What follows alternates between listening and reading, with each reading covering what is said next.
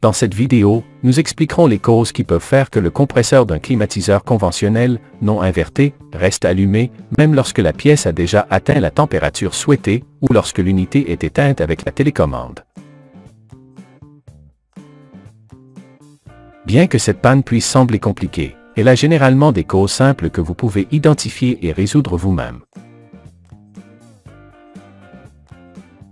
Pour comprendre pourquoi ce problème se produit, nous devons d'abord revoir comment fonctionne le contrôle d'un climatiseur conventionnel. Lorsque nous allumons l'appareil, le compresseur commence à fonctionner, comprimant le réfrigérant et l'envoyant à travers un cycle qui extrait la chaleur de la pièce.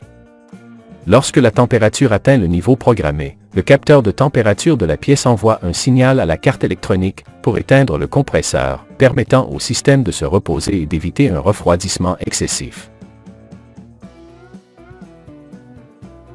Pourquoi le compresseur ne s'éteint-il pas?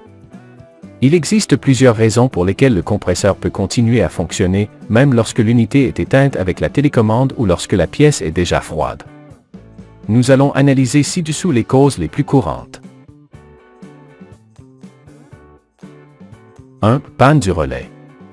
Le relais du compresseur est un interrupteur électromécanique qui contrôle le flux de courant vers le compresseur. Si le relais reste bloqué en position marche, le compresseur continuera à fonctionner, quelles que soient les commandes de la carte électronique de l'unité. Comment le vérifier? A. Inspecter visuellement le relais et vérifier s'il y a des dommages physiques. B. Si vous ne voyez rien d'anormal, essayez de taper doucement sur le relais avec un objet non métallique pour voir s'il se débloque. C. Vous pouvez également retirer le relais de la carte électronique et lui appliquer environ 12 volts de courant continu. Le relais doit émettre un clic audible comme signal de fonctionnement. Répétez cette procédure plusieurs fois pour confirmer. 2. Capteur de température défectueux. Le capteur de température mesure la température de la pièce et envoie cette information à la carte électronique. Si le capteur est endommagé ou mal calibré, il peut envoyer des signaux incorrects, ce qui fait que le compresseur continue de fonctionner en continu. Comment le résoudre? A. Vérifiez la connexion du capteur et assurez-vous qu'il n'y a pas de fils lâches ou endommagés. B. Utilisez un multimètre sur l'échelle des kiloohms pour mesurer la résistance du capteur. Si les valeurs obtenues ne correspondent pas aux spécifications du fabricant, le capteur est probablement défectueux et doit être remplacé. C. Si vous n'avez pas accès aux valeurs, essayez de frotter le capteur avec la main, la résistance doit diminuer lorsque la température augmente.